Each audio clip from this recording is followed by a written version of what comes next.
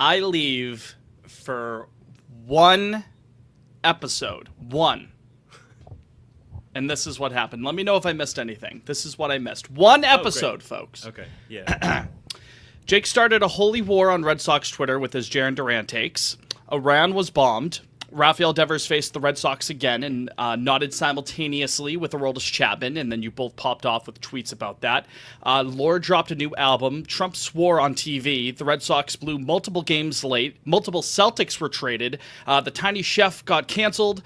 Jaren Duran went on Section 10 following the start of Jake's aforementioned holy war, and the Red Sox only won one game. 1 week. Me not here. What game did we win? Friday. Oh, yeah, that's right. Okay. Now listen, if we're talking strictly Red Sox outcomes, I picked a hell of a way to go away because Liam, the only sports I had access to was on the channel called Sport 24. You've ever heard of that? Sure haven't. Well, all it played was the Club World Cup, buddy. I was enjoying myself some Club World Cup all week. That was the only beautiful. The only insight I had to the Red Sox truly was my cousins being like, oh, they lost. Oh, they lost again. They lost again. I was like, oh, okay, well, time for another margarita to wash out the pain. What the fuck happened last week, guys? What happened?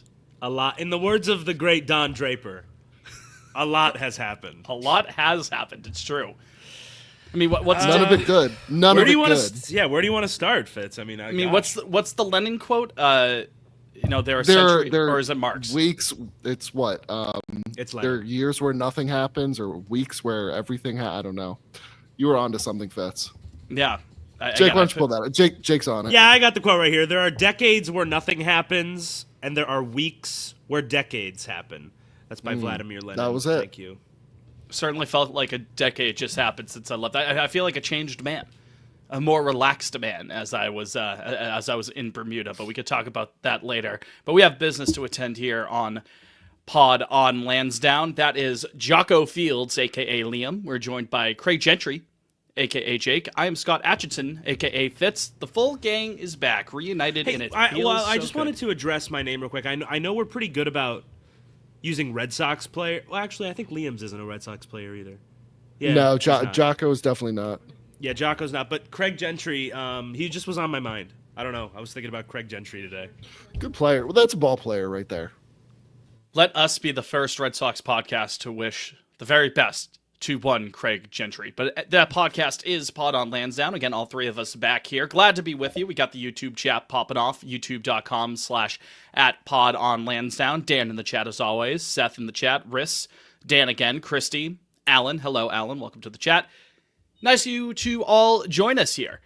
It is a different episode, folks, because I don't have a big frame of reference as to what happened over Friday to Friday. I know what happened over the weekend. I was there Sunday, met up with Liam towards the end of it. We were going to ponder together on Sunday, but things got lost. We had the dog to get back to. Liam, we weren't ditching you. It was just practically, it is what it is. But another time.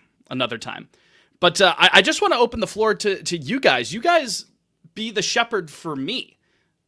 Take me through what happened from, I guess, Tuesday to Friday. Fill in the blanks for me, because again, I was radio silent. I mean, Fitz, they got swept by the Angels. Do you really want us to go into that? Like, what else are we going to get into? I don't have a lot of place to start off. I don't have a lot of optimism for you. I would be happy to be ignorant if I. The problem with getting swept by the Angels is that you're swept by the Angels. Jake, you're muted. You nincompoop. But sorry, I was yelling at my stupid fucking dog. Dude, be nice to Mabel. I told you that off camera. Now I'm telling you on camera. So that's strike two, Buckaroo. Liam turned heel. That's what happened. Yeah, I went fully dark. I was going to lead into that. Yeah, Dark Liam has been activated here. A side of you, because Liam, I think I speak for everyone when I say that you're very even-keeled with this team. You're able to let it roll off your shoulder. You were not happy Friday at all. So that obviously comes off the heels of the Angels series. I guess before we get into the specifics with, fuck with, don't fuck with, take me to where your head's at. I'm not gonna let him fool me after putting up 15 on Saturday and 13 on Monday night. I'm not gonna get fooled. I saw him play Friday. They put up 2 here. I saw him play Sunday, and more of the same. They can't trick me at this point. They're still not even back to 500. I think just the last week broke my spirit, getting swept by my sworn enemies, the Los Angeles Angels of Anaheim. Of California. Yeah, of California, of the United States. California. Yeah, I don't just there's obviously individual performances to be excited for in the second half, but that's all I'm hanging my hat on right now. That's all I've got. Well, this is where the July boom happens. They get hot at the All-Star break, just enough to pull you back in. I know you, and I know this team. That's exactly what's about to happen. They're going to get back to 500 after this Cincinnati series. Again, halfway through the second inning, 2-0 Red Sox as we live and breathe right now, Tuesday evening, just after 7:30. And Jake, not for nothing, I think most people would peg you to be the pessimist of the three. Do you join Liam? Oh, you? Me? Yeah, what? Me? Do you join Jake or do you join Liam in your pessimism, Jake? Or are you a true yearner, a believer? I mean, so I totally agree that this last week was a catastrophe. Like he's definitely right on that front. However, full blown. The AL just does not. It's not good. Like, it could take a good week, and you're back in this thing. So I struggle to fully. It's over. I mean, look at 2 weeks ago. We were riding high. We were 4 games out of the division. Like, I don't know. It could change quick. Like, everybody's very bunched up in the wild card standings. So I'm not. Again, like, I don't know, they crack off another win streak right here, you're in a playoff spot again. Like, I have no idea. We're getting healthy. We think, we hope. I don't know. No, I guess I'm a marginally more optimistic. Well, there you go. Listen, I don't think we're going to win the World Series. Let me make that clear. On the record. Come on. I'll go on the record Believe in with Boston, that. buddy. As the shirt says, if you're But not on I YouTube. could totally see them, like, being a wild card team. I don't think that's outlandish, personally. Yeah, with the expanded format, of course. Listen, I said this Friday during the post-game ponder, which, by the way, side note, way too long of a ponder on my end. You went long. I'm glad. 2.5. You know what? I'm glad you knew it. You know, a week off from the game, you know, kind of throws you off your rhythm a little bit. I had a lot of thoughts, some of them existential in there, and to bring that internal clock just wasn't. It wasn't. Yeah, clicking. it's just I had to get my reps back in. You know, shame on me for not practicing on the cruise, but it is what it is. I gotta live with that. Listen, I said this on Friday in the ponder, and I'll say it again. You've got a stretch of about. I just looking before the All-Star game. I'm not going to count it out. It's about a dozen games left after the second Cincinnati game and after the Toronto series, where all but 3 of your games are at home, and the 3 games on the road are against a team that's about probably 12, 15 games under 500 right now. I understand that the Nationals have James Wood. We're all excited about James Wood. He's one guy on the team. It's a beatable team. You can go into Washington and beat 2 or 3. After that, you've got Colorado at home for 3 and then Tampa for 4. Now, Tampa is a competitive team, but you still should be able to take advantage of most of these games at Fenway. Now, granted, they haven't in years past. Don't look up the record over the last couple of years at Fenway. We don't need to go into that. The point is that if they are going to be getting back into the mix here, and this is what I mentioned the other day, this is the stretch where it has to happen prior to the All-Star break. You got to get back to 3-4 games over 500. You got to string together a really, really strong stretch here. Finish up this Cincinnati series, a team that was above 500 entering the series, sure. So if you could take 2 or 3, you'll take that. Take care of business against Washington. You have to sweep Colorado. I'm not someone who likes to say you have to sweep teams. You have to sweep Colorado. Have to. I understand they're professionals. These guys have been playing their games all their lives. Anything can happen in a baseball game. No, you have to sweep Colorado to get back into this thing, I think. And then, you'll see what happens in that 4-game series with Tampa at home before the All-Star break. Because after that, gentlemen, the problem is that immediately after the All-Star game, the weekend after, you're at Wrigley against a very good Cubs team. I'll be there. Jake will be there. Wonderful. Yes, with your pops. Yeah, you're then on the road against a good Phillies team. You then host the Dodgers. So that is scary. I mean, keep going. Keep going. Well, then after that, it's Minnesota. But then even then, you go back home for a stretch. Yay, that's great. You got the Astros, and then you got the Royals. So the point is... And then you go to San Diego and Houston, like the first month after the All-Star break. Do you have the memory schedule, or do you have the No, I'm looking at it. No, I got it right pulled up right now. Oh, I'm okay. looking at it. Through October, through August 14th. Like, it's a gauntlet. There's not a reprieve until you see the Marlins. God, the Astros, they just fucking find a way every year, man. I gotta say, I'm still skipping that garbage. Silly me. Joseph in the chat going, Fitz gleefully announcing that the season is over. I'm not. I'm not announcing the season's over. I'm just saying I am. I'm familiar with their game. Liam, where are you on the overometer? Put me at an 8. Okay. Yeah. I did just want to a friend of the show at Rafaela Enjoyer, who we love very much. He, or perhaps they actually. I don't know. Anyway, Beg pardon. Yeah, it could be that. Yeah. Yes, beg pardon. They I have no idea. I have no idea that Rafaela Enjoyer's gender identity. Frankly, it's just an avi of Cedon Rafaela. So forgive. Yeah. So, it's actually Cedon Rafaela. They tweeted. This was 2 nights ago. Win the Red Series, sweep the Nats, sweep the Rockies, split with the Rays. That gets you to 51-47 at the break.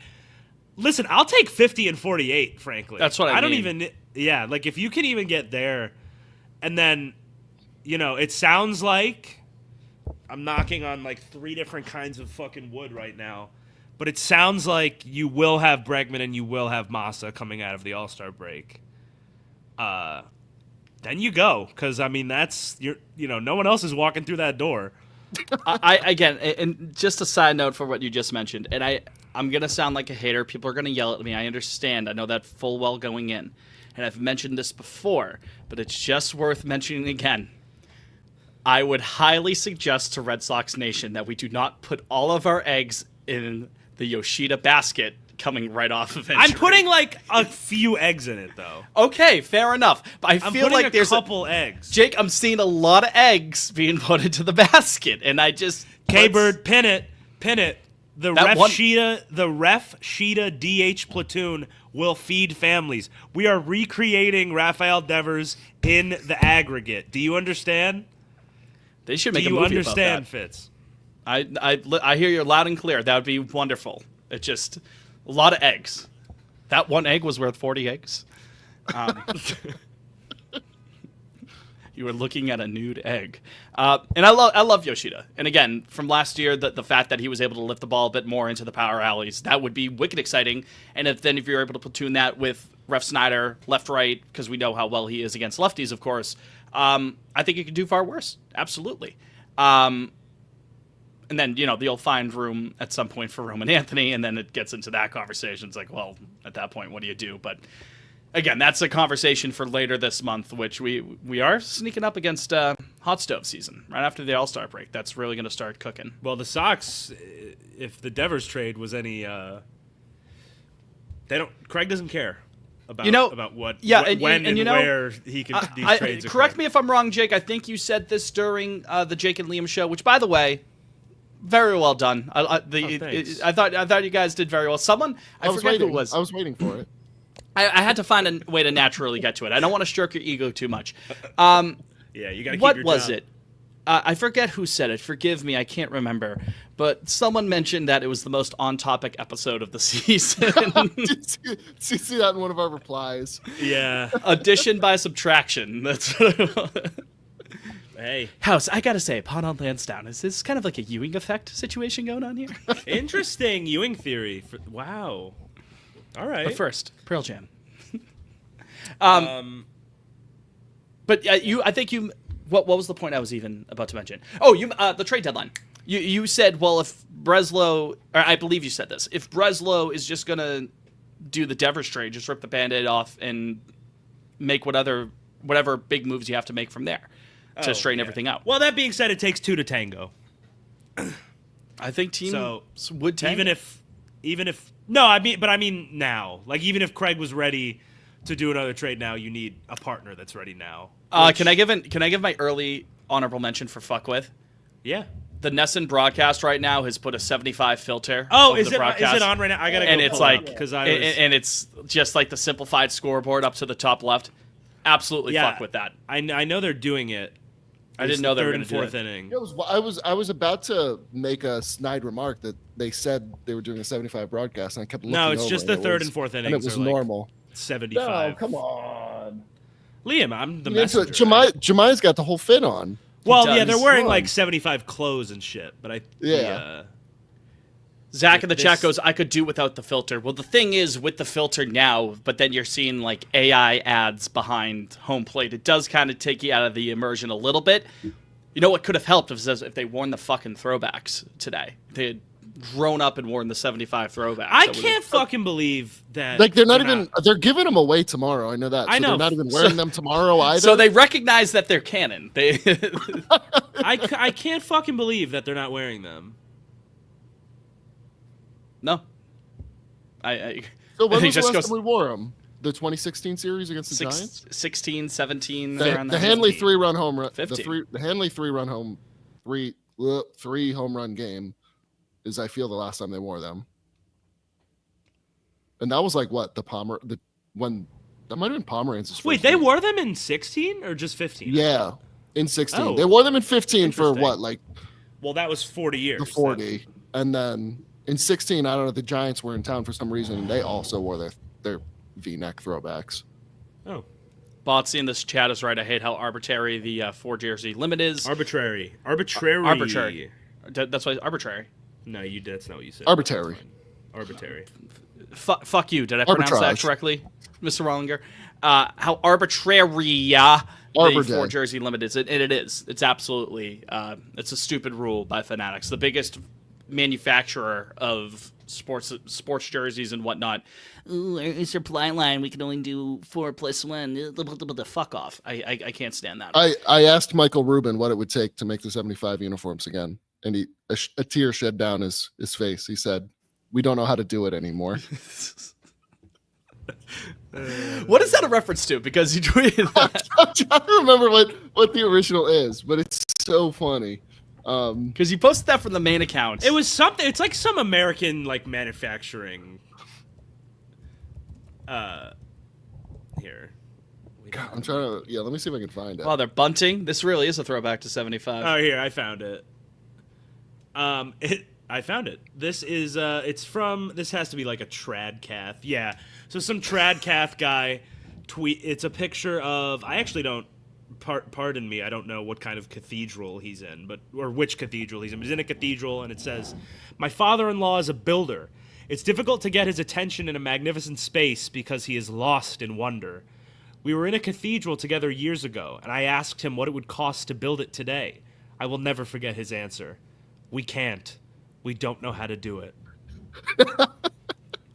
Which...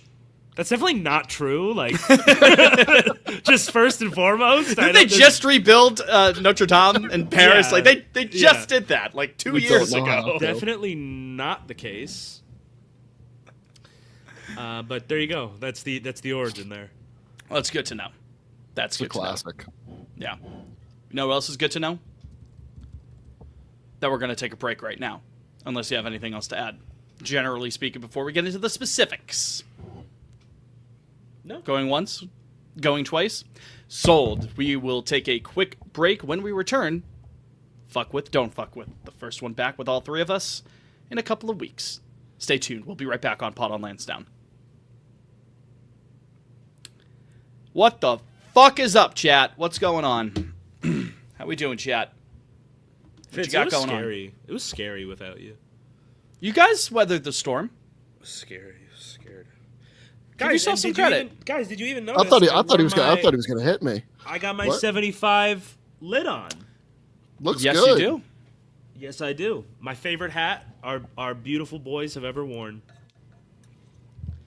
It absolutely is their best hat, and I love the red. classic I love blue. red hats. What can I say? Ow! Always have, always will. The thing is, everyone says that about the love all not kinds. Not everyone says that about the 75 hat, but at least like you have enough of a clear blue B and the blue lid to be a differentiator. Jemai is last night. Dressed to the 11s. The stick mic too. Wow, good detail. I tweeted this last night, but I don't get why they won't. Like, I understand the jerseys, like there's the limits or whatever, hubbub. Joseph, couldn't they just make the red hat, like, stick it with the red alternate, just to have? Oh, easily. Might be a little too red. Might be a That's little. what I'm red. thinking. I think the blue hat. I mean, bring back the 2 hanging socks as an alternate hat. That's what I think. No, I don't give a fuck. I missed when they wore those on Fridays with the red jerseys. I'd so much rather the getup. red hat. I'd so much rather the red hat. Not with the red jersey. Well, yeah. I think that's too much. I don't know if that I can't matches. believe I'm missing out Jake, on my boy. on Nesson. Do you want me to FaceTime you so you can see it? No, it's all right. You'll see it on Twitter. Okay. Yeah. It's tripping me up that I can't see the runners on base. How did my dad fucking do this when he was... You know what I mean?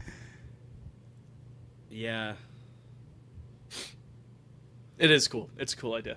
It has like the dashes on the score line. And then, of course, it has to cut to a Toyota commercial once it's doing something cool.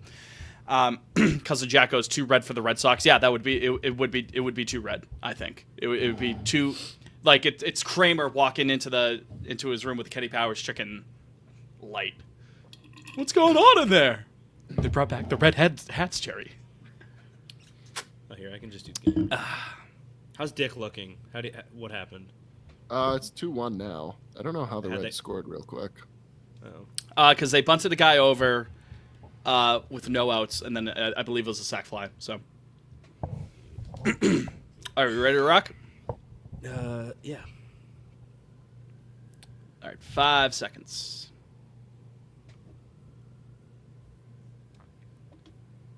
We have returned Pod on Lansdowne. Jake, Fitz, and Liam at your service. We are also at your service on Twitter, Instagram, and TikTok at Pod on Lansdowne. I am at Fitzy Mopania on that bird app. Jake is at Jake Wallinger. Liam is at Liam Fantasy _. And before we continue here, friends. Yeah, I know I stuttered there a little bit, Liam. It is what it is. Hopefully I don't stutter during this. A quick word from our friends over at FOCO. In case you weren't aware, FOCO, which, Jake, you so eloquently put that FOCO is short for... Forever Collectibles. Forever Collectibles. FOCO is one of the leading manufacturers in officially licensed collectibles, in addition to apparel, accessories, home decor, and much more. For over 25 years, FOCO's success is directly related to their ability to bring exciting new designs and product ideas that allow you, listening at home, in your car, at work, at the drive-in movie theater on a beautiful summer night, wherever you may be, to show off your fandom at the game. Be nice to show off that fandom at the drive-in, I must say. You could do it in the comfort of your home, anywhere you go, you name it.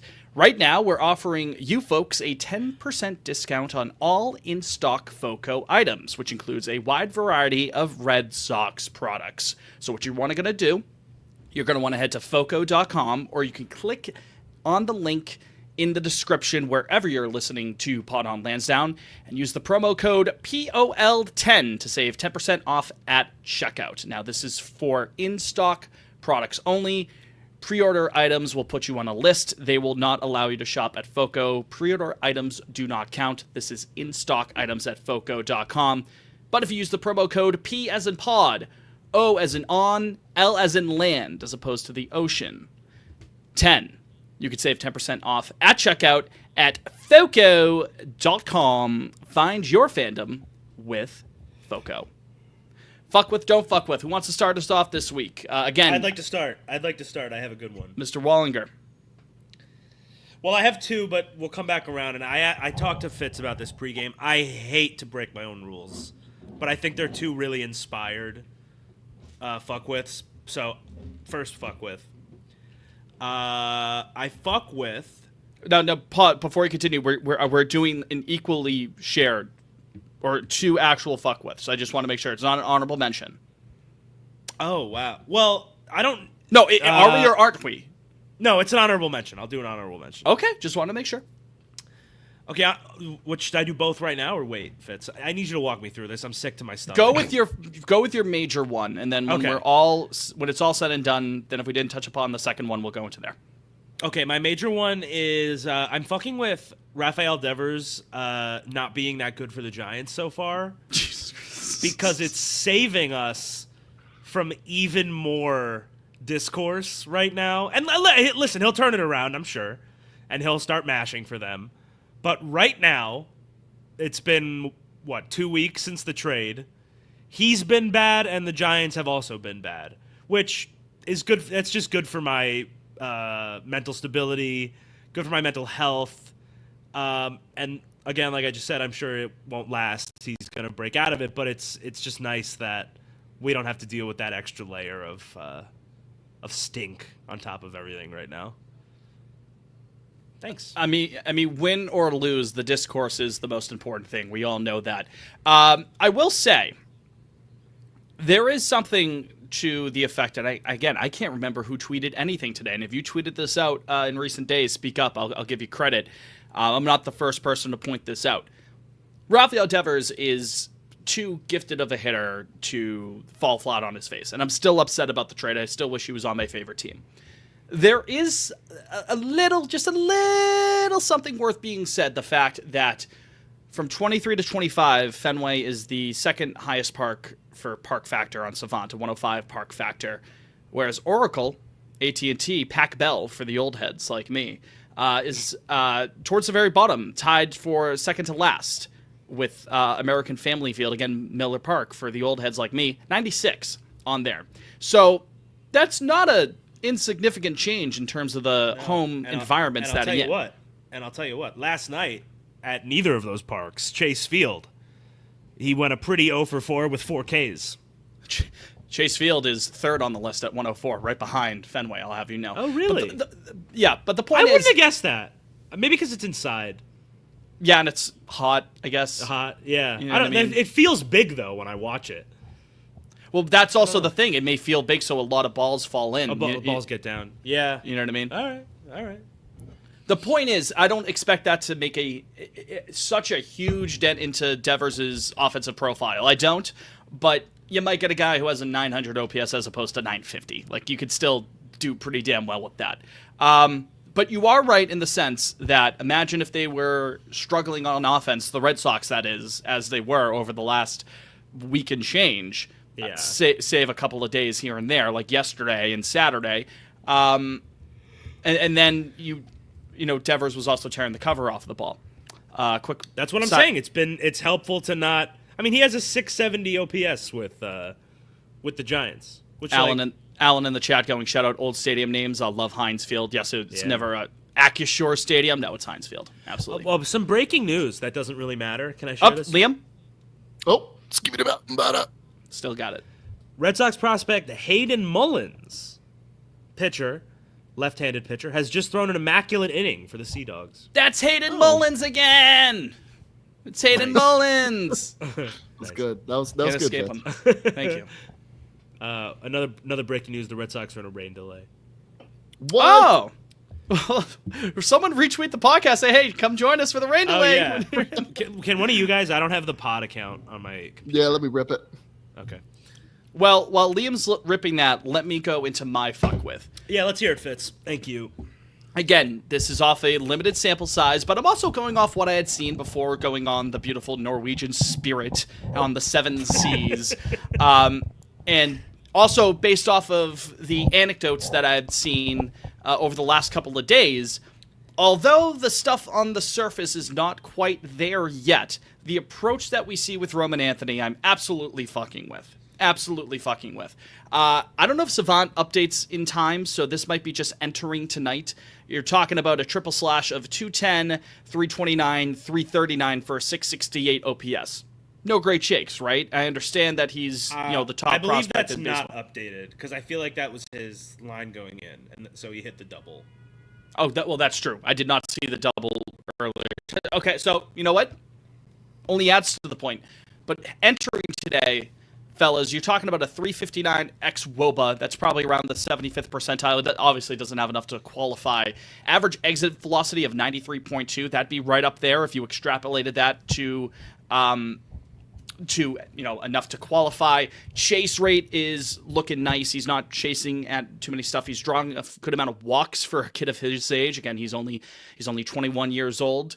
Squaring things up, bat speed looks good, hard hit rate, barrel rate, you name it. Expected slugging is above the league average. Bears' expected slugging, if you were to extrapolate that again. Just because they're not falling in bunches just yet. And listen, I think I'm preaching to the choir here. I would like to think our not Dave O'Brien. He's not in the choir. Oh my God, you missed it, Fitz. Were you gone when Will Middlebrooks called him stupid to his face in the booth? I do not. Yeah, I feel like I would have remembered that. Oh my God, it was awesome. Sorry to cut in, but it's about this. That Will was saying how all of Roman's advanced stats look awesome. Everything under the hood is great, and it's only a matter of time. And then he turns to Dave, and he's just like, "Yeah, I know you're not a fan of those fancy stats, but they look good." And he was like, "Yeah." He was like, "Yeah, I just like to see hits." It's like, okay, of course, we all like to see hits. Now, granted, are they going to stay like that forever and ever? Maybe not. He's got to adjust to the adjustments that are made against him. That's just how baseball has always worked and always will work. That being said, I mean, come on. He's a wicked gifted hitting prospect. I don't think there's anything to worry about, even if the surface level stuff isn't exactly there yet. Just based off the approach that we've seen with Roman, there's enough to be excited about there. Now, go figure, and Liam can attest to this, the first hit that Roman had on Sunday, or was it Saturday? One of the nights, just kind of I think it was Saturday to get the party going. Just kind of like a trinky-dinky, up the middle knock, didn't exactly square it up. That's the one that falls in for him. Exactly. It's baseball, Susan. But I'm fucking with Roman Anthony. OB is definitely a baritone in his barbershop quartet, according to Zach in the YouTube chat. Zach, I have to agree. I mean, yeah, that's obvious. Liam? Well, Fitz, unfortunately you took mine, so now I'm scrambling. Sorry. Can I do my honorable mention because it leeches off ahead. of Fitz's? My honorable fuck with is, for all the shit that I give the man, I must commend Alex Cora for just fucking going for it, and he's batting Roman Anthony second every day, as Roman Anthony has played 15 major league games. That's awesome. I applaud AC for that. If this kid is what he thinks he is, what we all think he is, yeah, that's the 2-hole right there. That's awesome. Trusting him, right? I like that. So, I like that. I love it. Liam, Liam, was that enough time to stall? I mean, there's not much else from this past week. Let me shout out. I'll just keep this bit going. I'll shout out Nick Sogard, good professional baseball player. You know what? Man. Hell yeah! This So organization treats him like shit. They treat him like shit. Send him to Worcester. Shout out Nick Sogard. I get worked up about the way. I get worked up the way they treat my man Nick Sogard. It's fucked up. Hey, valuable guy to have. Does what's asked. Plays a fine defense. Plays all over the infield.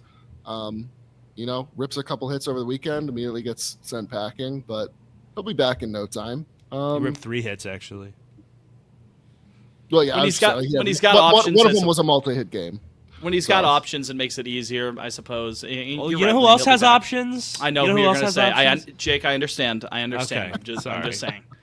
His name starts with a D and it ends in an Ave Hamilton. Yep. David Hamilton. Seth goes Fitz's face every time Jake starts yelling.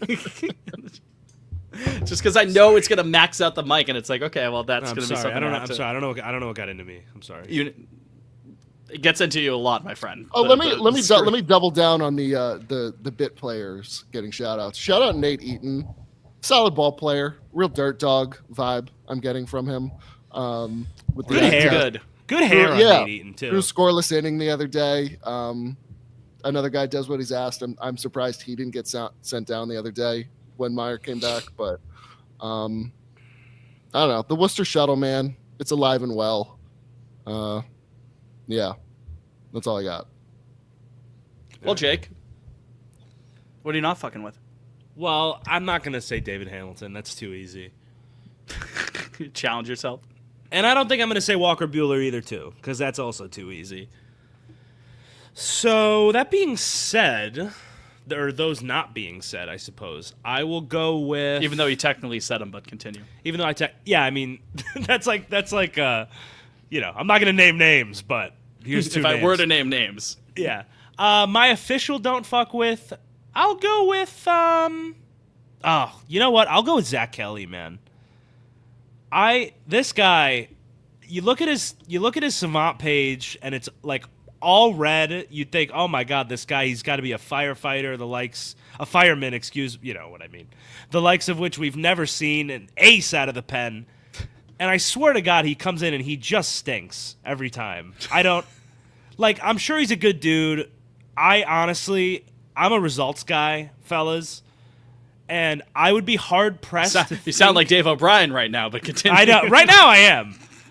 I would be hard pressed to think of an inning he's come into this year and not made it worse.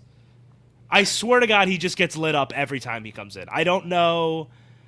I don't know why they can't sort all this shit out in Worcester. I don't know why he's with the big club. I think he stinks. God bless him. I think he stinks. Sorry, but thank you. Here's the thing with Kelly. The thing with Kelly, and I'm going to steal a line from an Arsenal podcast that I listen to, the Cannon podcast for all my fellow Gunners. I'll steal an Arsenal line too. It's time to go. Arsenal fan TV. Robbie, I had enough of this, Robbie. But I don't want to have to squint to see how you can be successful. That's good. I like that, Fitz. Zach Kelly is Mr. Hypothetical. Looks great. Oh, the stuff is great. And granted, to his credit, I mean, it's a 5.56 ERA, but it's a 3.62 FIP. So it's that's also not for nothing. Look at it not for nothing. ERA, As a reliever, that's also not that great. Yeah, that's fine. That's okay. Well, right. And his actual ERAs in the 3 years before were in the high threes, 395, 386, 397. His FIP in all 3 of those years before, 22 through 24, are all at least 428. Then 518 in 23, 484 in 24. The point is, this is multiple years of this with Zach Kelly. Zach Kelly can have all the stuff in the world, and I understand that that's a huge part of the game nowadays, and I agree with it. It's fine. If he was even being competitive with his misses, I could look the other way. I could say, you know what? I could tell myself a tale here. He's being competitive with some of his misses, and he's still got the nasty stuff. Things can turn around here. It's either. That's what I'm saying. It's either he puts it. Yeah. It's either he puts it on a platter, or it's 2 feet off of the plate. One of the pitches Sunday, and I understand that putting it down into a 1-pitch sample size isn't fair. But when he came in Sunday, I was sitting in you can't get smaller 20, so I had a pretty good view of the. You can't get smaller. Exactly. So the smallest sample size. One singular pitch. Exactly. But I'm sitting grandstand 20, so I get a pretty good view of. I mean, I guess not the zone because there's 2 large men blocking it, but you catch my drift. He had a 1-2 count. I forget who was up. It was a lefty. He had a 1-2 count. And I don't know if he officially throws a sinker or a 2-seamer or he throws his pitch that goes brr. And had already been in there, would have plunked him directly in the ass. It's 2 feet off the plate on a 1-2 count. If you're going to miss, man, make it a competitive miss. And it'd be one thing, it's one pitch that he wasn't able to locate. It is what it is. No. Zach Kelly's whole thing that we've seen in 4 years is that he struggles with command. He struggles with consistently hitting his spots or missing with a purpose. And I'm sick of it. I'd be happy to eat crow because I understand the stuff under the hood looks good. It's just he's not executing it. And he has it on a consistent basis. He has stretches where he's able to execute it. Fine. whatever. But this is year 4 of this, and he hasn't been able to consistently put it together. So I'm with you, Jake. Yeah, I mean, it seems like, I mean, I know he got hurt yesterday, which I don't root for that. I mean, of course not. Again, like I just said it, I don't know why they can't try and iron shit out in Worcester, because it's clearly just not working in the majors.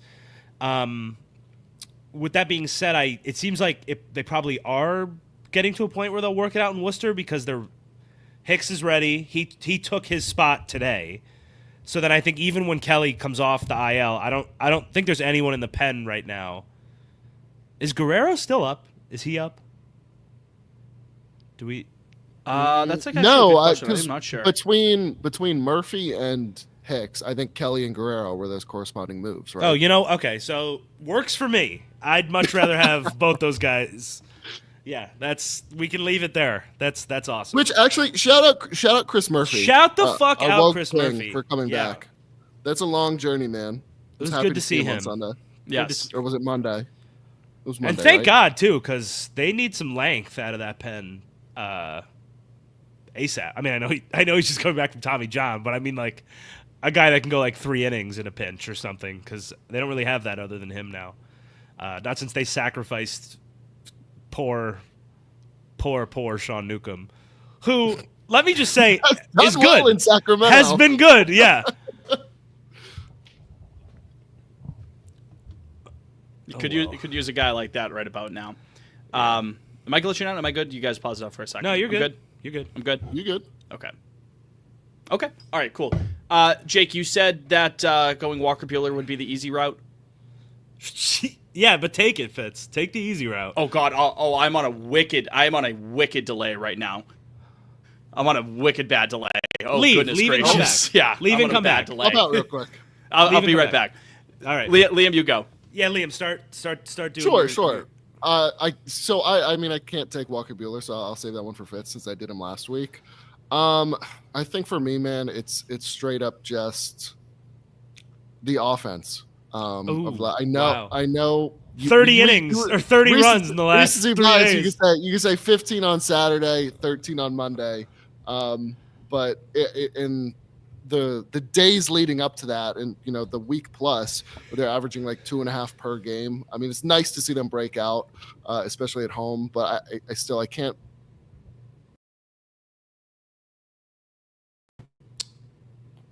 Whoa! What just happened? What was that? Sorry, I accidentally kicked you guys out when I was trying to add myself back in.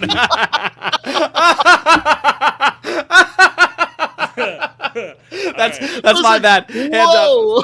We're in totally different spaces now too. Like I'm in a different square. Whoa! That was tripping. Hand up. That's my bad. Listen, I'm still trying to get back into the swing of things here. Okay. Are we still live and everything? Oh no, we're live. Yeah, we're good. Okay, yeah. We're good. But yeah, no, my just the inconsistent offense right now, the Jekyll and Hyde. I can't.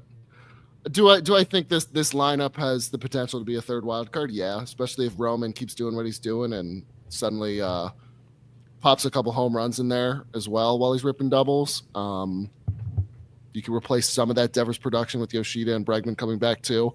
But I don't know, just like the last 10 days, I'm all set with what I've seen. I didn't watch Saturday, so that's probably impacting my overall take here as well. But yeah, I just need it more consistently. That's all.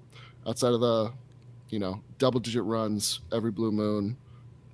Certainly not this past 72 hours, but overall, in the grand scheme of things, yeah. Yeah. So you just said inconsistent offense, Liam. That's it for me. Like, how do you go 4 hits Friday night, and then you explode for 15 on Saturday? You score That's baseball, Susan. On Chase Burns. That's baseball, Susan. Chase Burns is going to be good. I understand that we fucking. I know he will. Well, he was tipping pitches. He was tipping pitches last night. Anyways. So yeah. For me, to go back to it before I was glitching out there, it was a pretty intense delay, at least on my end, Jake. But yeah, it's Walker Buehler for me. I'm trying to be as patient as possible with this, but it is wearing thin if it hasn't already completely worn thin with Walker Buehler. I understand it's a 1 year, the quote-unquote reclamation project. I get it. I understand he was good in the playoffs last year, but, I mean, guys... I want him on the first fucking flight to Korea. He's given up... He's given up too many barrels. He's walking too many guys. And maybe the most concerning thing is that he's not striking enough guys out. When Walker Buehler was pitching at his best, he wasn't punching tickets at the rate of like a Chris Sale or, Randy Johnson, Garrett Crochet. I don't know why I named 3 lefties off the top of my head. But the point is that he wasn't like this absolute strikeout phenom. But he was still on an average giving you like 9-10 strikeouts a game on average. Since coming back from the injury, he hasn't done that. Now, granted, he's at, I think, 7.9 this year. And I only say I think it's because I had the stats up over here, but then my computer shit the bed, and then I kicked you guys out of the chat. It was a whole thing. The point is, not enough tickets are being punched, and just to give you an idea, that 7.9 strikeouts per game, 19.3 strikeout percentage rate, that's 32nd percentile. It's not going to do it when you're walking that many guys and giving up that many that many cookies. It's and I know he says the right things after the game, like I'm disappointed in myself. I can appreciate that to an extent, but it's a little bit of that when Chris Sale isn't going well. Like, you can only say that so many times before I start to get before that excuse is out the window. Like, okay, well, it's nice I also to say just the nice things, I also just like, let's be realistic here. This is a guy coming off his second Tommy John. Mm-hmm. It might just be over. Like, he might just not have that arm anymore, or it's over for right now, and he has to completely reinvent himself as a pitcher, which pitchers do. Like, that can be done, but that's definitely a long-term thing that he is not even remotely close to unlocking right now. I mean, it's like an abject disaster every time he steps on the mound right now. It's going to have to be a big reinvention, Jake, if you're right, because he's not getting enough guys to chase, 39th percentile there, and not getting enough guys to swing and miss, 15th percentile there. So if there's going to be something that he can unlock at least a little bit more swing and miss, a little bit, just keeping the ball in the yard, some more strikeouts while limiting the walks to an extent here, 25th percentile walk rate. Guys, like, it's going to have to be a complete overhaul of the repertoire. And I don't know how we could do that halfway through a 1-year contract. No, it's over. I feel 100% fully comfortable. It is a 10 on the overometer. It's over. That's not a useful major league pitcher in the near future. Maybe ever again. I mean, jury's out, but especially this season. Liam, I was at the game Sunday with a buddy of mine, and we were contemplating what could happen with Walker Buehler down the line. Now, I believe the team has said he's staying in the rotation for the time being, but if these trends continue, not A. So, well, I think. Wait, Fitz, time out. Kyle Harrison was supposed to pitch tonight in Worcester, but they're in a rainout as well. So then he'll just get pushed, and then I got to imagine that his next start is in Boston, right? Like, it has to Harrison's? Be. Yeah. Could be, yeah. I mean, I guess we'll see what happens. I'm not. Are you saying he takes Buehler's spot?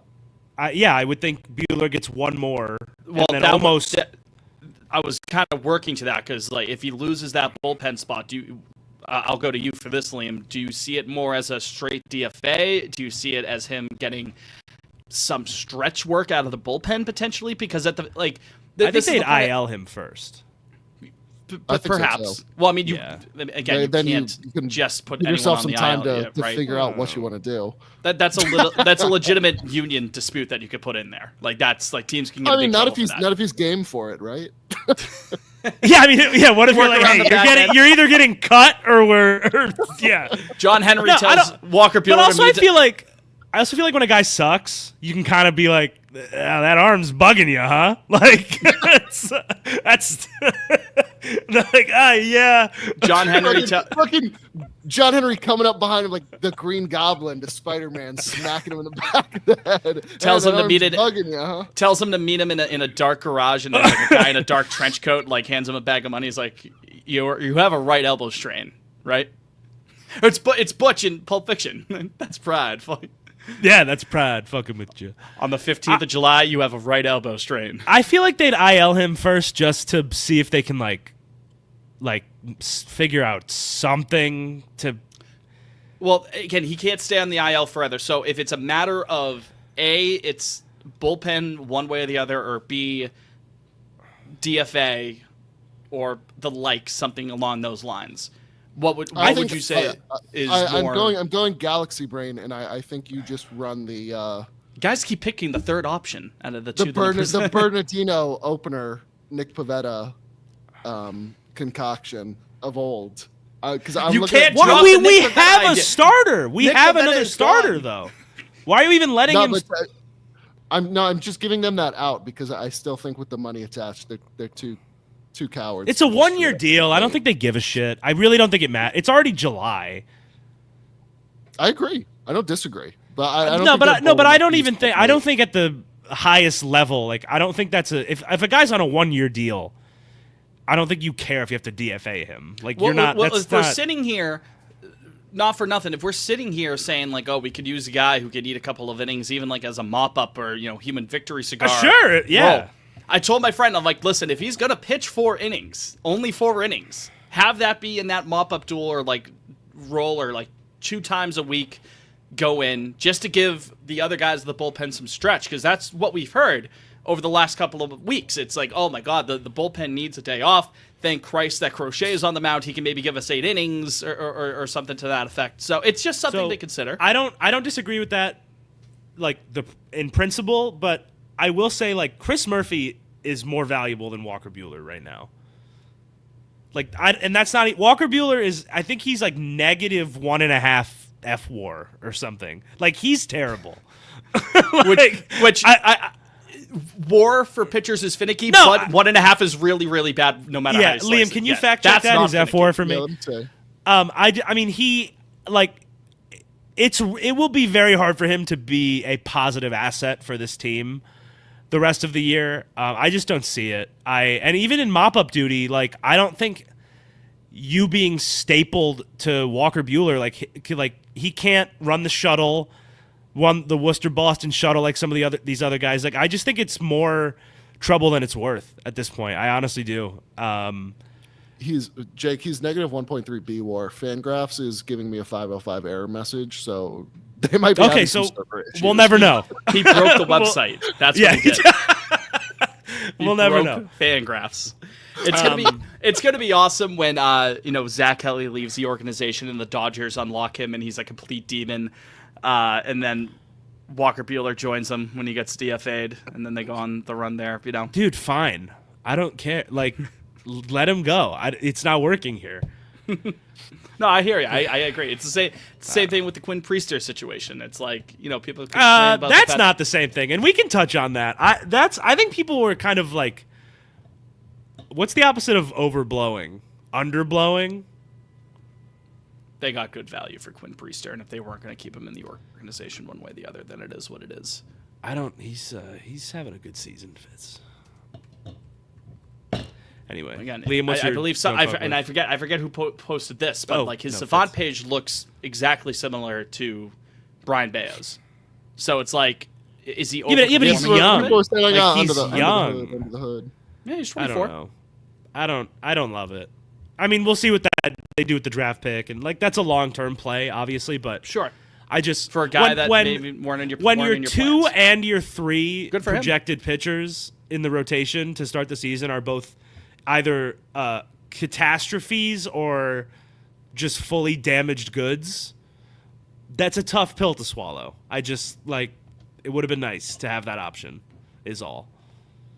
Yeah. Can't always read the future. It is what it is. If Sam Kennedy said that to us, I'd punch him in the mouth. See, Fitz, I'm intrigued. Like, I think the Quinn Priester trade, like, now with the benefit, like, that's actually kind of a bad move by Breslow, and like, you're not upset at all. Like, I'm so intrigued. There's by no way for us to tell that it's a bad upsets move you. right now.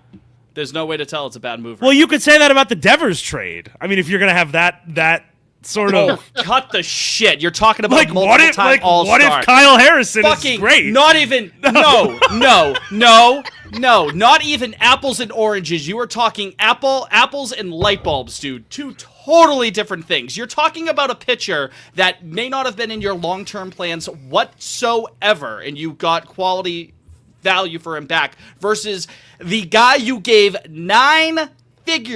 committed 9 figures to. It is not nearly the same thing. Craig didn't. Not even close. Craig didn't. I'm not Craig. I don't know what to tell you. I'm just saying like you can't. Well, we don't know yet. Like that's any trade. That's any trade for prospects. I understand what you mean, but in terms of the guy that you're giving up, it's not even close. So to say, like, to boil it down to simply there has to be, a little bit of. I'll just say it. I miss Quinn Priester. Sorry.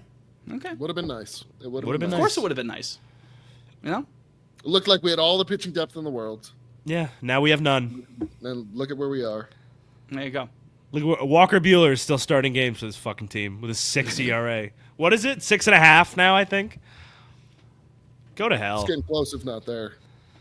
Listen, he's my don't fuck with for the week as well. I'm not happy. That's okay. Back-to-back winner of the prestigious Don't Fuck With award. Now, if Quinn Priester becomes a multiple-time All-Star, then we can resume this conversation. He's been really good. He's been really good. I know he's been really good. He's also been outperforming his metrics a bit, so he might be coming down to earth a little bit. Maybe he doesn't. Some guys can outperform that. Quinn Priester's been what do we got here? Almost one WAR. Quinn Priester, that's in yeah, he's got like a 3.30 something ERA and a FIP of around 4. Oh, here, Liam, my Fangraphs is working, so I'm going to tell you how much Walker Buehler. Oh, nice. Okay, just negative 0.6 F WAR. Still not good. No, it's so not. Below replacement, just so we're clear. Below replacement level, yes, that's absolutely right, Fitz.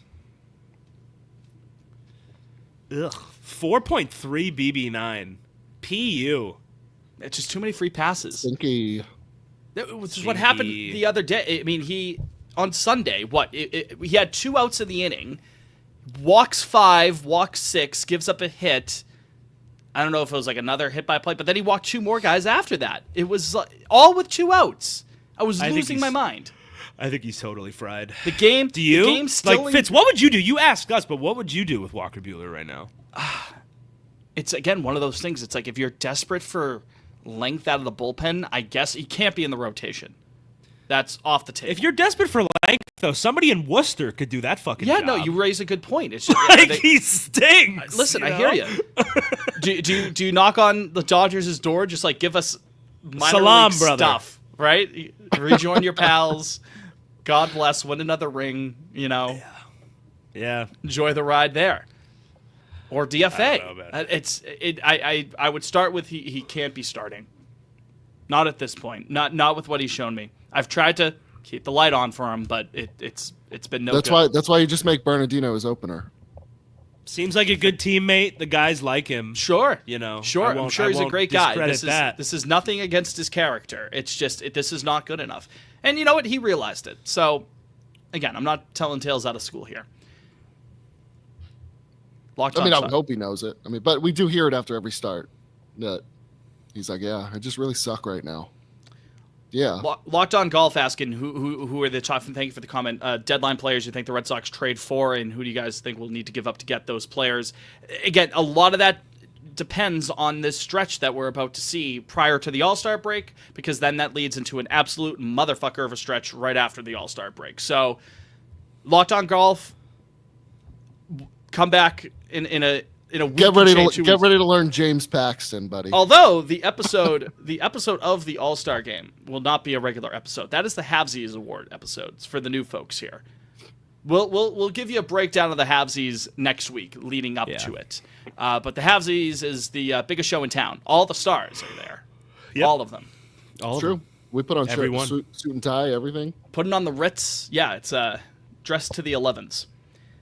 In the meantime, though, why don't we take a quick break for our third and final segment? Jake, I think you're going to be excited for this next segment.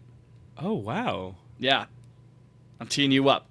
I don't even have to tell you what the subject is, but I know you'll be ready to go because it's something you've mentioned many a times on this program, and I know that you've gotten practice for it. But stay tuned. We'll be right back. Oh, my God. Oh, you'll be fine. I have to pull up the exact anecdote here before we get back.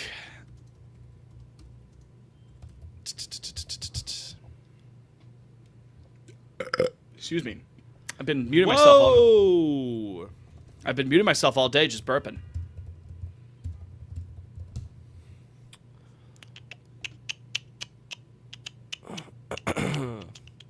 Yeah, Nationals Park. I'm excited. I've been there once, but like I told you guys, I spent about 25 minutes there. A whole segment of yelling at Jaron Duran. It's a cameo of Duran cursing out Jake.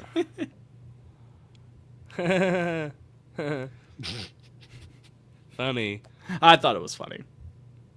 Listen, you brought not to victim blame, but you brought this on yourself. Whoa!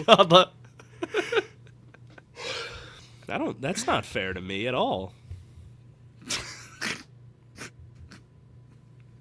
I mean, you doubled and tripled down. You said it in the ponder. You're like, I'm not going to talk about. I did double down on my take. No, I did double down.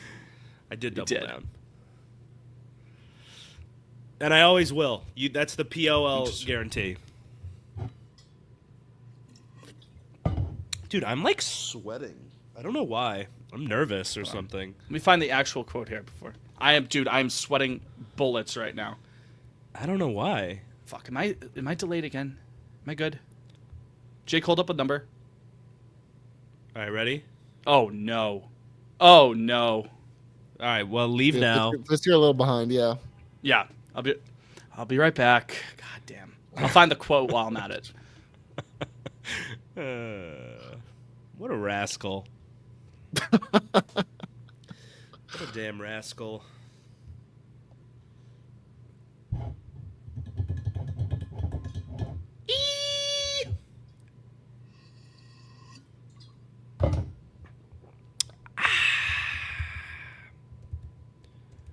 Bum bum be dum bum bum be dum bum. No more gas in the ring. I'm back. There we go. Okay. Show went fine last week, so clearly Fitz is the problem. It is true. I got viewing theory. All right, we ready to rock? Yeah. Are you ready to go? Are you ready to go? I'm ready. Let's do it. 5 seconds. Third and final segment here on Pod on Lansdowne. Jake, Fitz, and Liam had more technical difficulties in the break, but you did not get to hear that one if you're listening at home. But if you're watching on YouTube, youtube.com/@podonlansdowne, you saw me fuck up again, which Seth said the show went fine last week, so clearly Fitz is the problem. I think that's fair. True. It is what it is. This is my accountability episode. Truth Listen, nuke. again, I do that. Nuke. Truth nuke with the V's instead of U's, yeah. I need to hold some space. Give me some grace here. Just coming back from the vacation. I'm not perfect. I need to just get back into the swing of things is all. Speaking into the swing of things, conversations that people might be having. Mr. Wallinger, have you heard about this? Have you seen this? I don't know. You seen this little tidbit from Chris Cotillo? Do you know what I'm referring to? No. Alex Bregman is ready and willing to open extension talks at any time. He says it's a, quote, very high priority, end quote, to get a deal done somewhere he can call home for the rest of his career. This quote from Bregman: I expected to love playing here, and I have definitely loved playing here. Mr. Wallinger, you have been banging on the desk for a Bregman extension since the dawn of time, so it feels. You must be feeling butterflies hearing that. Giddy. I feel okay hearing it. Not the reaction I was expecting from you. Fitz, come on, you don't know him by now? I think it's honestly frightening that he's talking like this and he's not extended yet. I almost feel like he's shaking ass for this, what many would call an organization in turmoil. You know, from the outside, he's shaking ass, and Craig's like, "I'll get to it." What else is he doing? I mean, he's hurt. Like, go do it now. I don't understand how he's not unless his asking price is like Astra, because there is a number I'd walk away, but I don't know. I mean, if he's talking like he's a Boris client, first of all, so the fact that he's even talking like that in the first place is crazy. Yeah, I have to imagine, like, I don't know. I'm a little scared. I'm scared that it won't get done. Maybe they're just. I mean, when. Like the All-Star break? Is that like what people do? I don't know. That's enough time because he's... I mean, I haven't seen the voting recently. He's not in... he was towards the top of the voting, like towards one of the I think he's going to come in like... He's going to come in second to Ramirez, but then that doesn't actually matter because he's been hurt for months. Exactly, yeah. So that gives him a couple days, you know. Or maybe he just wants a little R&R. Joseph, more rehab. My man, they're not trading him with a deadline. Sorry, pal. Joseph in the... I don't know. I said at the start of May, why would the Red Sox ever trade Devers? Now I'm scared. Craig's got me on Dude, you can watch...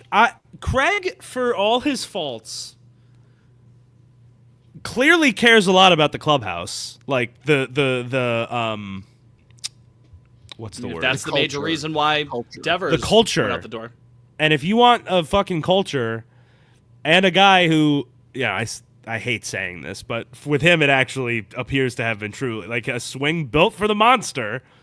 Have you seen He's his here. chart, He's shaking ass for you to fucking extend him. Just do it. I don't know. Like, also, and this is, I mean, I've been beating the drum as far as like clubhouse guys and I mean, his defense and his bat and everything. But like the big picture stuff is there are not impact bats in free agency. This upcoming offseason. Like, there's just not. It's Pete Alonso and Kyle Tucker, and after that, it's like literally nothing else. And Pete, I got to imagine, stays with the Mets. They'll give him the cash, especially now that Vlad's locked up. Yeah, and you're not going to get Kyle Tucker. So I mean, if you not with that attitude. I love some more left-handed hitting outfielders. Yeah, I'm so full. This $600 million man. So just good, even looking at like next year, the year beyond, just the offense and like who you can add to the team. Like, he's it. I mean, I'm hesitant to say they've backed themselves into a corner with him because I like the corner they've backed themselves into. Like, I like Alex Bregman. I'd like him to stick on the team, but like the alternative is not. There really isn't an alternative at this point. Like, what? Like, say he opts out and walks. What do you? I mean, what's your I don't know. Right? Am I out of line here? Franklin Arias, hurry the fuck up, buddy, and get over to sports. I guess. Marcelo like, I don't know what you're. I don't know. I mean, not for nothing. Like, I like Trevor Story as a leader. Like, he certainly is. But. Running I don't think you want him to be like the sole voice of reason on the team. Like, he's the only guy with more than like 3 years of major league experience on offense if Bregman leaves. Like, everybody else is a child. Yeah. Sorry, no disrespect to Rob Refsnyder. Actually, he's been around the block. He's a grown ass man. Yeah. Matthew Gross, friend of the program, goes, I wonder if they're waiting to extend him because they want to finagle the payroll and don't know the exact set of contracts they will have for the year until after the deadline. That does make sense. The Chapman extension didn't come through until what? Beginning of September? We keep talking about that as a comp. Oh, Matt Chapman? Yeah. It was like late August, early September. Is that what it was? Yeah, actually, that does make sense if that's... Well, but why would that matter for this year though? Because the money this year is locked, or is that next year. Well, he's still got the 40 option, not on the books for next year, but yeah. Matt Chapman extended September 5th, so there you go. Yeah, potentially. Is Chapman a Boris guy? Yeah. Yeah. Okay, well, again, if we keep talking about that being a similar framework. That big three 2 winters ago, right? That all waited until February. Yeah. I just, it's nice. It's fulfilling that Bregman said that, and he wants to extend. But like I said earlier in the episode, it takes two to tango, and I will crash out the likes of which you all have never seen. I can promise you that. If it's he the lets likes Bregman that walk. I've never seen. He's gonna love Detroit, man. Get out of here. It's a canyon of a park out there, Comerica. I know. I wouldn't want to hit there. I'm not surprised he didn't go there. I'd love to pitch there. I think if you can convince Bregman, like, hey, you want to go to the Hall of Fame, bub, this is the park you want to hit at. I think that's part of a pitch to him. I do. I also think he's smart enough to realize that, too. Yeah, that's true, too. Sneaky, like, he probably is a Hall of Famer. Bregman? Oh, yeah. If he hits, I mean, I don't think he'll hit like that. Well, dude, I thought you were talking about right now. Like, say the Red Sox give him a 6-year deal. Okay, let's just say that. And he can put up 4 WAR, which is what he's at pretty that much. Point. Yeah, maybe he wins another title. Like, if you're talking like if he can keep it going, because he's what, 31. I'm just saying he's at 42.5 WAR right now. That's higher than I would have expected. I will say. Yeah. I mean, obviously, that in it by itself, and even if he put up, like, I don't know if he just mashes it. If he just mashes at Fenway for the next 6 years, I feel like you consider the magic number is often considered to be 60. Even if he put up 55 or even close to that, 60, he's right on that sort of line. Yeah. But that's a lot of WAR to get when he's at 42.5. But it's not out of realm of possibility. I'll give you that much. Dude, he had 2.9 in 50 games before he got hurt. It's crazy. Crazy good. Zach going 38.8. Yep. 38.8. That's absolutely true, Zach. Shout out Mr. Baines, right? But yeah, I saw that headline, and I thought I was going to make you happy with that, Jake, and said I absolutely horrified. It made me happy until I've heard that he has not been approached in any way, shape, or form. Like, what's... And I honestly, I guess I am genuinely curious about this as far as, like, what a GM does every day. Like, if Craig is not at least asking Boris and Bregman about it, like, what is he doing? Like, is he just hanging out? I don't understand what his day-to-day is. Fitz, can you enlighten me? Liam, can you enlighten me? I don't know. As to what Craig Breslow's or day is? Can you not approach until you have numbers, until you're ready to make a formal offer? Maybe it's a fucking tampering thing. I don't know, like, because that tampering. He's on the team. Well, he's on the team. He's under contract right now. I'm trying to tell you. I don't know the fucking... I can see him. I'm trying to tell you I don't know the rules. Him, I don't know, dude. I can't enlighten you. I just don't get it. And then I try to explain it, then you scream at me and you peek the mic Fitz, that was a funny answer. It was a funny answer. Yeah. I just don't get. Come on and tell us what you do from 9 to 5. Yeah, I just don't understand how he hasn't. I don't know. Maybe the All-Star break. I'll cross my fingers. Or, like Matt said, maybe they're just waiting to calculate AAV and shit. But I don't. It's probably the most likely answer because Matt's smart and I'm not smart, so it works out. And the Chapman comp. I mean, we've been talking about it since day one. Like that extension doesn't come down till September. The timeline lines up. So patience. Matt with another Matt. I've done my waiting. 12 years. Is it 12 years of it in Azkaban? I think that's right. I think it's 12. Matt, get that shit out of my face, dude. I made this comparison a month ago, and I felt sick to my stomach whenever I think about it. Matt comments, interesting comp. Adrian Beltre had 44.5 WAR when he spent one season with the Sox in 2010. Like Bregman, it was his age 31 season. Yeah, I can't wait to make that fucking mistake again. Jesus H. Matt, after I just said Matt's smarter than us, he just spoke that into existence. So then we might have to ban him from the program if that is what happens. Goes on to be a Hall of Famer wearing some other team's hat. Detroit. Yeah. Detroit. Yeah. Anything else? Did you have a good trip, Fitz? Buddy, I had an excellent trip. That's cool. I had an excellent time. Bermuda is beautiful. I did not mean to say it. God, I'm a fucking train wreck today. My God. I'm still in spring training mode. Bermuda was beautiful. It was excellent. The water, you legit be up like at your eyes, look down, and it's crystal clear. It's wonderful. Ship itself was great. Although I will say we were in dock in Bermuda for a couple of days, and we were parked next to one of Royal Caribbean's ships that had like a bunch of water slides up top and had like 5 other ships up on top. You into of that. water slides? We didn't have a water slide on ours. No, Fitz, you're an adult. I think it's unbecoming for an adult to go down a water slide. I think. Speak for yourself. That'd be fucking fun as hell after a couple drinks going down here. Literally weeing. Wee. Seth goes, Did the little piggy go wee all the way? Seth goes, I hope no one threw away all your grits or ate up all your corn. Yeah, it was the worst trip I've ever been on, Seth. But no, like just seeing that next, I was like, well, I like my little ship, but like I don't want to be cucked like this next to this Royal Caribbean ship. It's fucking huge. It was a great time though. Great time spent with family, and again, it was great not having to watch the Boston Red Sox. I did think at one point. For it. What's that? Said you picked a good week for it. Exactly, yeah, right? He did. I will say, a thought did cross my mind on the boat. And this is the thing I'm sure you've noticed with like sports teams, like bands will do this. Different, factors of pop culture will have these sort of situations.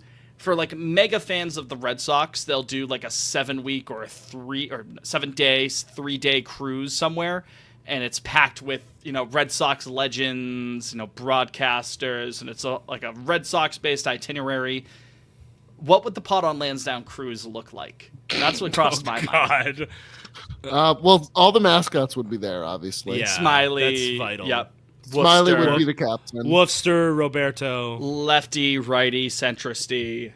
Walter, Wanda. It would just be mascots. Yeah, yes. Just mascots.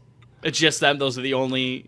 Yeah, and then what would we have? What would entertainment be? Like what band? Well, it's like, like people will have like for these cruises, not necessarily our cruise that I just went on, but for these themed cruises, even if it's just for a weekend out of Miami, you go down to, I don't know, the Bahamas or something like that for a long weekend. They'll have signing autographs one time. This guy will be by the pool deck. Come visit him. They'll have a panel in the theater or something like that. Come do a seminar, It would just be the prequels playing on loop in a theater on the ship. Broken up by a showing of EFIS.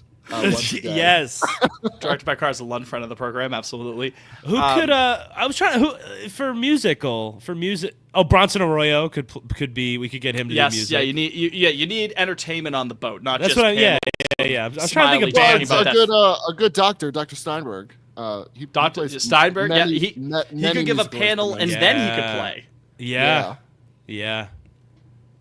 Wow, we should put this together. It's just a Woo Sox celeb cruise. It'd be fun to do it just on like a schooner. Like we all just jam on catamaran. Yeah, I did a catamaran in Bermuda, and it was awesome. It was a great time. You're sick. It was great. The mascots would all fall over. But Smiley taking hostages on the bridge. Smiley taking the life rafts before the women and children. He's like Billy Zane in Titanic. Yeah, right. Smiley's got the gun. Imagine Bronson Arroyo playing while the ship goes down, like the guys on the Titanic. It's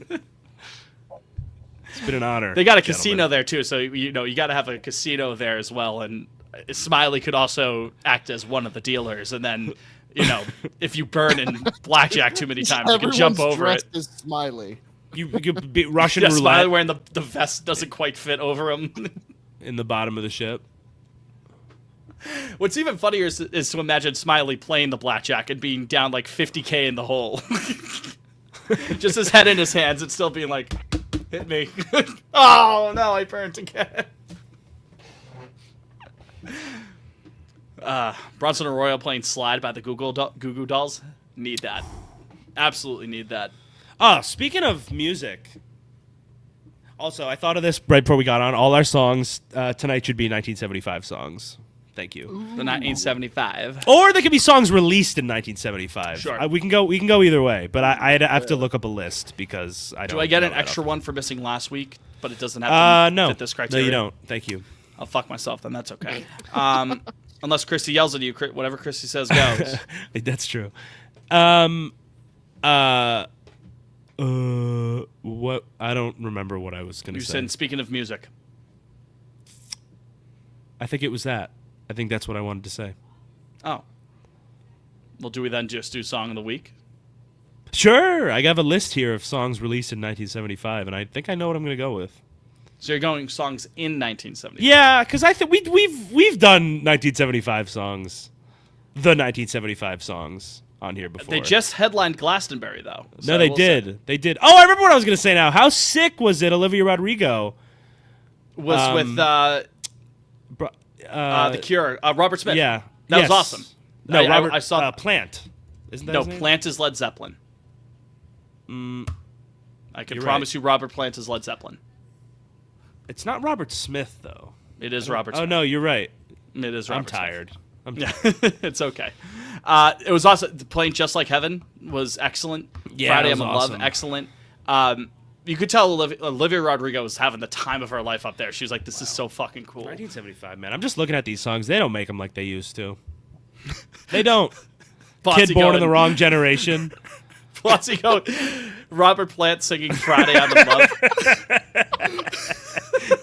Oh, I don't care the Monday's blue, Tuesday gray, and Wednesday too. Oh, sweet mama Thursday. I don't care.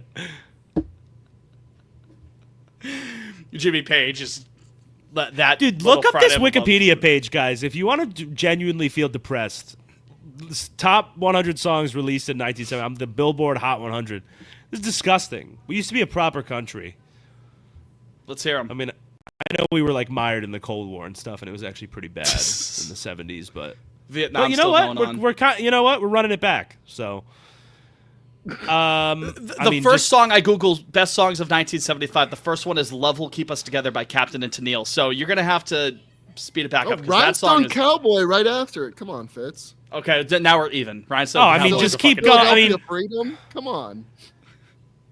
Yeah. Well, yeah, these are like the normies, the like top 20, but then you get into like what did I see here that made me like Please Mr. Post Magic, Please Mr. Postman, Sister Golden Hair, Lucy in the Sky with Diamonds, Mandy, Captain in the Cradle. Did you just say Lucy in the Sky with Diamonds? That is not 1975. Maybe a cover of it was. No chance. The Elton cover. Okay. Is 75. All right. Sorry. I was gonna say again. Wait, Mr. Chevy Postman was Van. like I love 40s that or song. 50s. Chevy Van. I'm Not in Love. Come on, man. Oh, I got my answer. You guys go first, Never though. Can Say Goodbye. That's a great song too. All right, I have mine. Let's hear it, Jake. This is not mine, but 85 on the Billboard Hot 100 in 1975 was the Rockford Files theme. That's awesome. Seth, you motherfucker, Seth. That's exactly what I was gonna do. God damn it. The first song on the best album. Well, I'll give released mine. that Mine year. is Sister Golden Hair by Good America. song, Sister. Yeah, great song, Sister. I love Golden Hair. America. Probably my second favorite band. Really? Sneaky. Yeah. Damn. After After the band. the band's your favorite band? Gotcha. I actually don't know if I've ever asked you that question. Yeah. Liam, well, is your favorite band the Beatles? I know you're a big Beatles head. Oh yeah. If I had to choose, Same here. I'd put the Beatles up top. Born to Run came out in 75. Seth beat me to the punch, and I was also going to go with the first song on that album, which is Thunder Road. I was also considering Jungle Land, the last one, but people listening Well, Thunder Road's better. Sorry. they're both. I mean, that is a perfect album. Can I just take a second to talk about Born to Run? That is 8 songs. Let's go through them here, ladies and gentlemen. Thunder Road leads us off. What a fucking song. One of the greatest songs of all time. 10th Avenue Freeze Out is a banger. It's how the band all met together. Not the capital B band that Jake referred to, but the E Street Band, of course. Night's an excellent song. You talk about a song that's slept on that album. In and Out There. Backstreets is a great way to end side 1 of that album. You flip over to side 2, title track, Born to Run. What else can I say? She's the One is excellent. I feel like people poo-poo on that song a little bit too much. That's an excellent song. Meaning Across the River, if I had to put a song 8th, it's probably that, but that's still, like, it's a very moody, eerie song. It works for what it is. And Jungle Land is you know what? I'm going Jungle Land.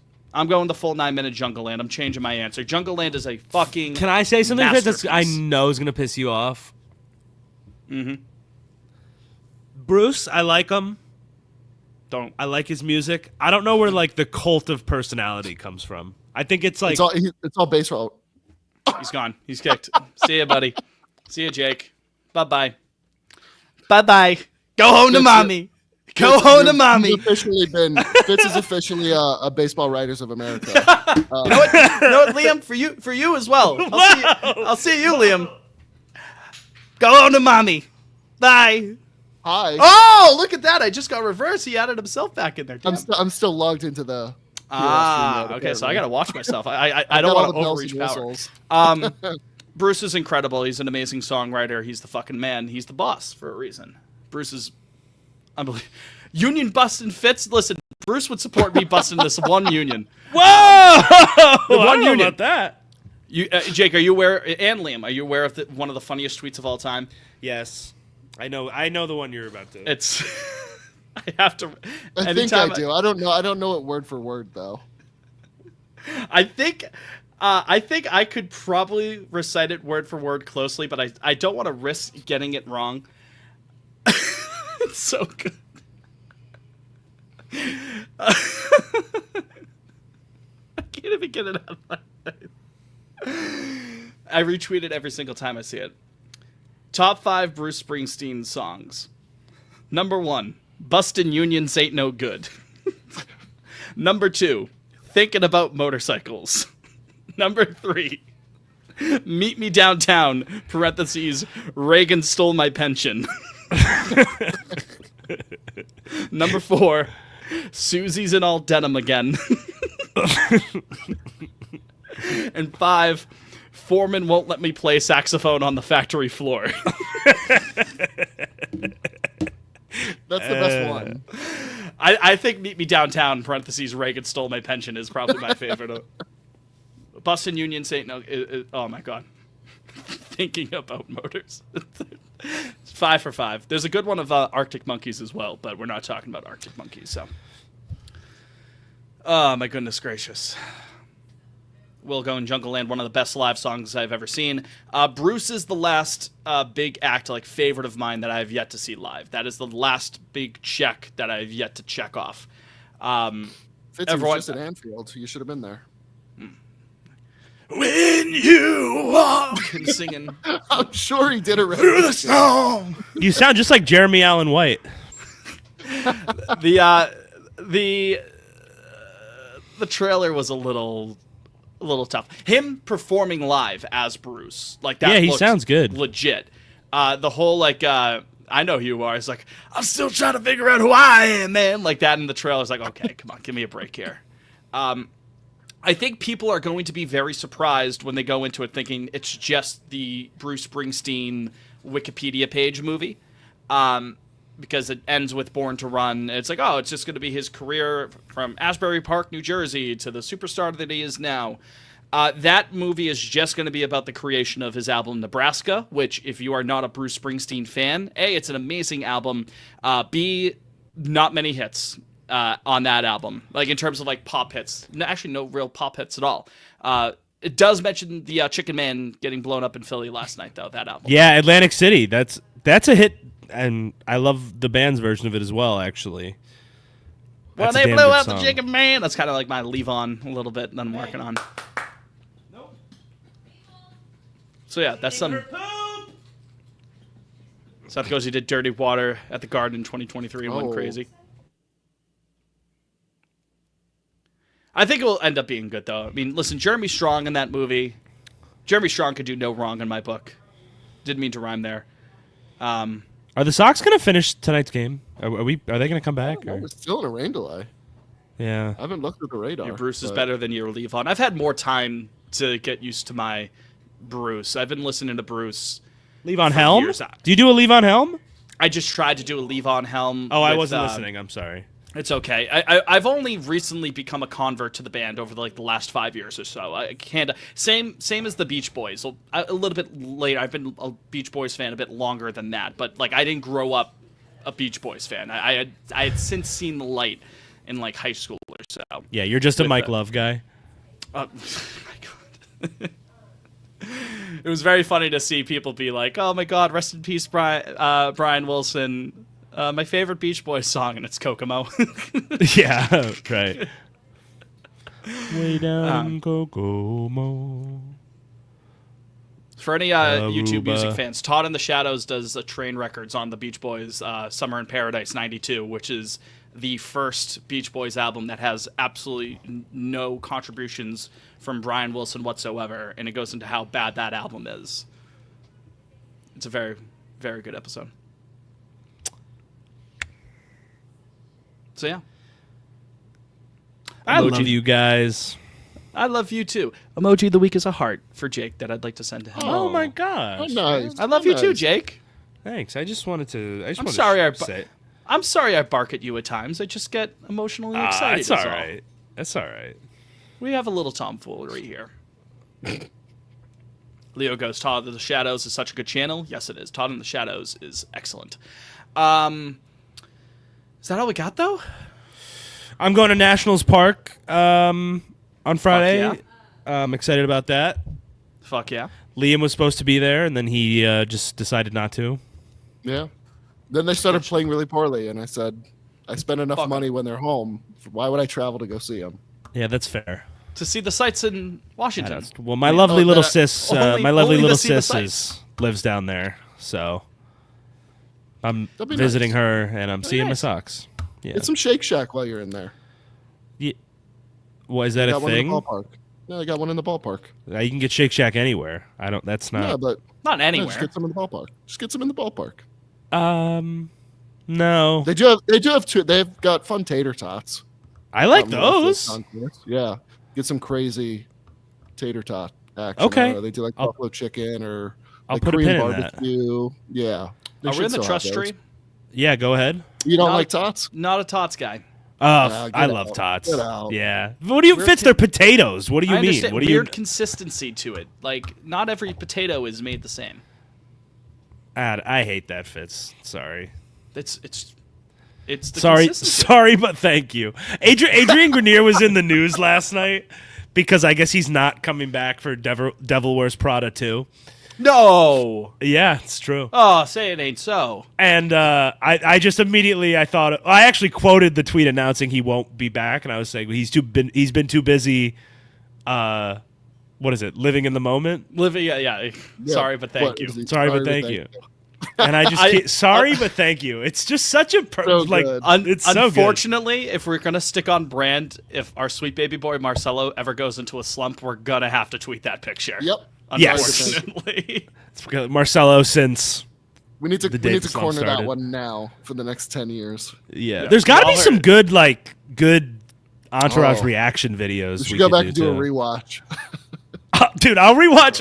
I fucking hate that I like Entourage because it's the most douchey dude bro show. But God, it is funny. It's funny. Good show. Baby bro. Baby bro. I've been tweeting the victory whenever he does something. What was it? Wasn't it Trill Ballins did a almost like a Seinfeld modern day, but with Entourage if they just kept producing new seasons? Oh, did he? I don't know. That's good though. Yo, baby bro, I got the Juicero. That strikes me as an old dude. Trill Ballins, man.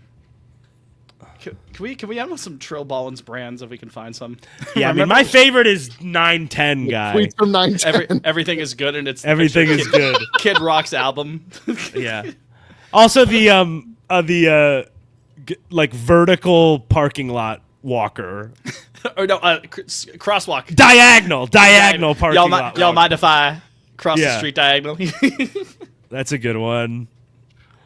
I don't think it was a bit, but it was a character inside of a Smockin tweet he did once, and it was Michael Jackson impersonator who only does the ad libs. So it was just Shamona. His Harambe tweets are amazing. He did remember, first of all, he did Jason Garambe, and it was just a gorilla wearing an A's helmet.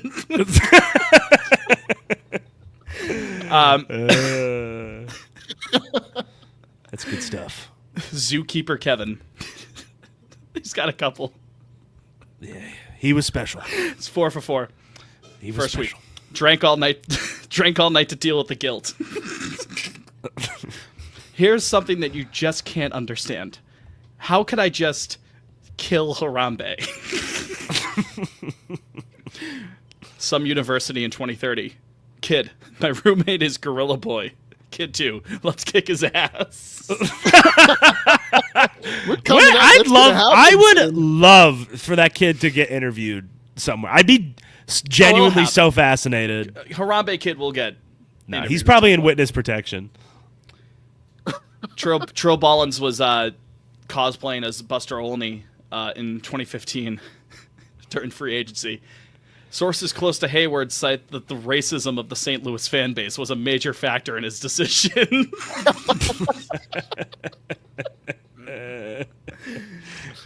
There's so many people in here. It's like, who the fuck are you talking about? And the OGs truly do know.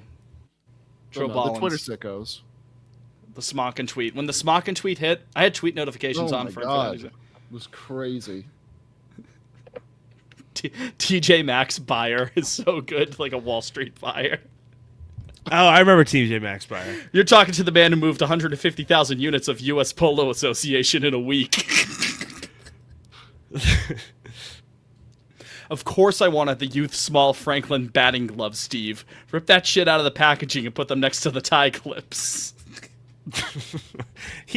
I hope he's doing well wherever I do he too. is. He had the right idea, man. Just right off into the sunset. Yeah, he got out when the going was good. Like Good Will Hunting, just don't say a word. Just off he goes. I do have his tweet notifications on still, holding out hope that for one day we get a quick smuck in. Oh, it's been years at this point. He's probably lost that password. That's gone, baby, gone. You never know. We still have Drill, though, so we got that going for us, which is nice. Yeah, he sucks now. Drill has kind of fallen off a little bit, I will say. Yeah. He every now and then. Well, you know, the new one taking over is Mr. Baseball. Yes, Mr. I like Baseball. Mr. Baseball. I mean, even he good. was like hot in the street back in. I don't know. I was looking through his feed, and it was like he was inactive from like 21 through I don't know up until like 3 weeks ago. Well, I'd only just caught on to him. He had only crossed my desk recently. Let's see what Mr. Baseball's up to. Only 21,000 followers, or close to 22,000 followers. So, get well, the getting's good. It's just a baseball with a face on it, a very eerie face. When they come to gun me down, will you stand up for me or watch quietly from the sidelines? Hold on, I gotta. What was the one he did where it was like Islamic baseball, and that was it? 3 days ago, he just says, the bell tolls. What's the at? What is the at exactly? At Mr. Baseball, spelled out Mister Baseball 0. 0. The number 0. I got it. I gotta find the one that really moved me. Baseball tip. They hate you. They want to see your face down in the dirt. Make them suffer. Oh, what about the ones where it was just like really like GoPro footage of a baseball just getting shot? Yeah. Hopefully a TV on cinder blocks. Hopefully this evening I'll be able to watch one last ball game before they find me. The bell tolls. I like Mr. Bass. I lost it all. Gambling is only a problem for Gambling is only a problem for people who aren't lucky. Get right with God. And then he tweeted, "I got the money." And then the next day he tweeted, "I lost it all."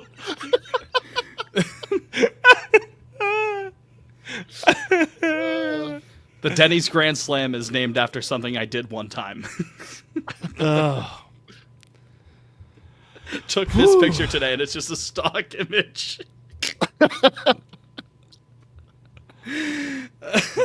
Joined July 2009. Right? What has this guy been plotting? Oh my God. I need 25,000 by Saturday, or some bad people are coming to kill me.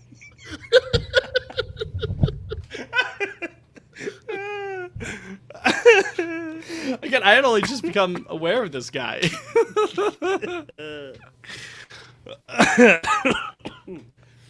Oh my God. I'm sweating. I am too. Only All right, five end the people show. find this End funny. I gotta go Three bathe. of us. I Three gotta of go them are bathe us. or something. Yeah. Man. Damn. Good stuff. Oh, breaking news. Red Panda got injured from capered, like the cyclist?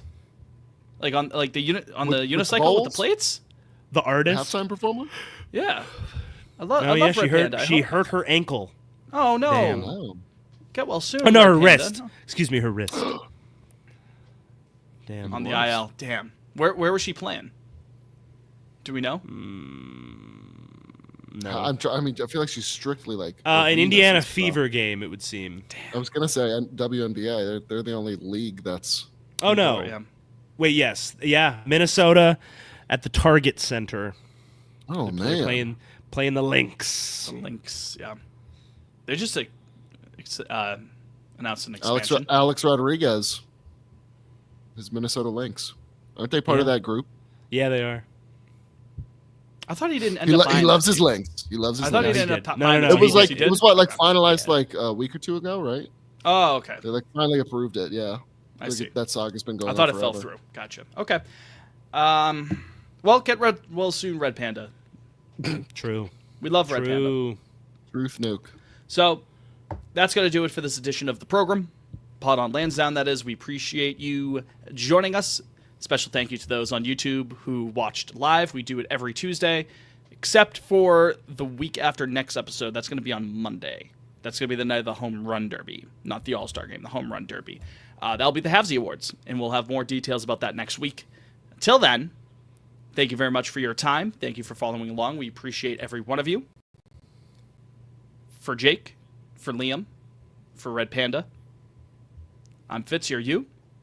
We'll talk to you next week. Go Sox, and obey your mother.